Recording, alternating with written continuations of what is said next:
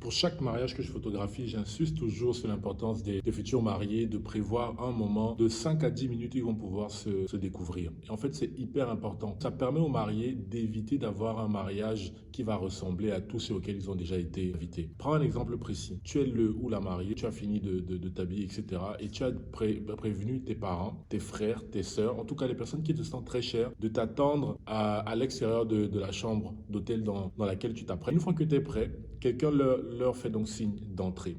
À ce moment-là, ton père, ta mère, comme je disais tantôt, va donc entrer pour te découvrir.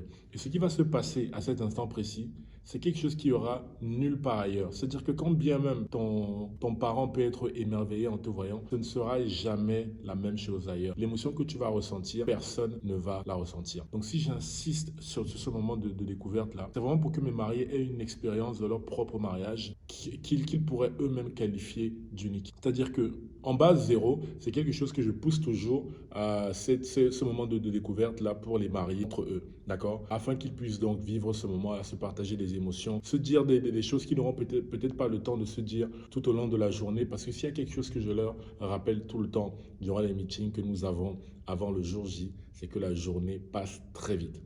Je martèle toujours à mes mariés, la journée passe très vite. Donc, vous n'aurez pas forcément le temps de vous arrêter et de vivre de tels moments durant la journée. Donc, c'est pour ça que je martèle, planifier ces moments-là où vous allez vous découvrir, de préférence en début de journée. Et comment est-ce que ça peut s'articuler? Ça peut s'articuler de la mariée à ses parents, comme je disais tantôt, de la mariée à ses frères et sœurs, du marié à ses parents, du marié à ses frères et sœurs, du marié à son meilleur ami. En fait, il n'y a pas de liste prédéfinie. Mais le but ici, c'est de s'assurer qu'on va vivre une expérience unique et extraordinaire. En procédant de la sorte, qu'est-ce que tu vas donc procurer aux membres de ta famille ou à ton meilleur ami ou à ta meilleure cousine, que sais-je? Bah, c'est d'abord une émotion forte. En fait, ce qui va caractériser la journée de mariage, pour ceux qui la vivent d'un point de vue des futurs mariés, c'est la faculté à vivre des hautes émotions, des émotions très fortes. Un peu comme dans le football, Champions League, etc. Donc, moi, c'est ça que je vais pousser pour mes mariés, de manière à ce que, j'ouvre la parenthèse, vu que je connais leur histoire, vu que je connais leur histoire d'amour en amont, je ferme la parenthèse, bah, quand ils vont visualiser ces photos de découverte de l'un à l'autre ou de l'un avec un des membres ou des membres de la famille, bah, ils pourront se rappeler exactement de ce qui s'est passé à ce moment-là, de pourquoi est-ce qu'ils ont pleuré de cette manière, de pourquoi est-ce qu'ils éclatent de rire de cette manière.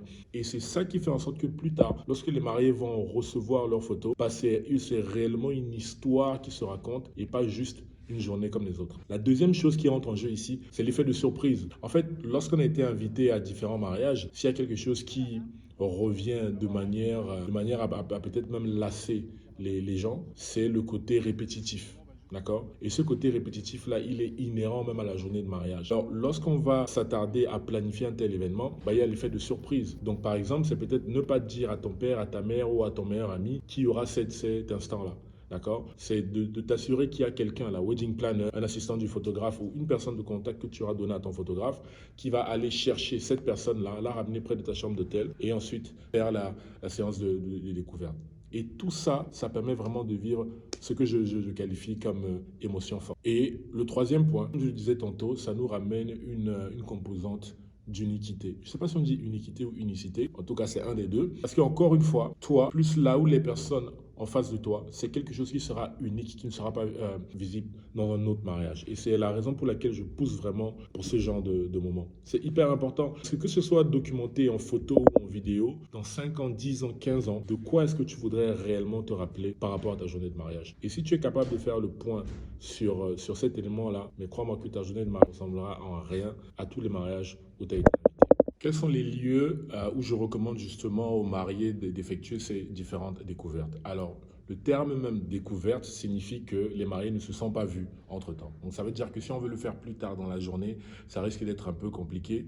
Mais à ce moment précis de la journée, moi, j'ai mis en place un autre concept que beaucoup de mes mariés suivent. Donc, si jamais ça t'intéresse, n'hésite pas à me le dire en commentaire. Je ferai une nouvelle vidéo à ce sujet.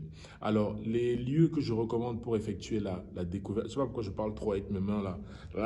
Anyway, donc je disais que les lieux que je recommande pour faire les découvertes entre les mariés, il y a bien évidemment la chambre d'hôtel. C'est beaucoup plus pratique à condition que la mariée n'ait pas rempli sa chambre avec 2, 3 maquilleuses, 7 filles d'honneur, etc. Mais si la chambre est assez épurée, alors il y a la possibilité de le faire dans la chambre où la mariée s'est préparée. C'est beaucoup plus pratique parce que le mari peut se déplacer facilement, alors que la mariée, s'il s'agit d'un couple hétérosexuel bien évidemment, et il faudra se déplacer avec toute la robe et le voile et s'assurer que le make-up ne change pas, etc. Donc c'est beaucoup plus complexe. Donc idéalement, moi je recommande de le faire dans la chambre où la mariée s'est préparée. Lorsque ce n'est pas possible, la deuxième alternative, c'est de le faire dans le hall de l'hôtel. Alors, bien sûr, ici, il faudra s'être renseigné au préalable auprès de l'hôtel pour savoir si c'est faisable, parce que voilà, il est question d'utiliser des caméras, prendre des photos, des vidéos, et peut-être qu'il pourrait s'agir d'un hôtel pour lequel la clientèle est assez sélecte et ne voudrait pas être confronté à des caméras. On ne sait jamais s'il y a des gens qui se retrouvent là-bas avec leur deuxième bureau. En tout cas, on ne veut pas savoir. Mais je me souviens que quand j'étais à Paris, à l'hôtel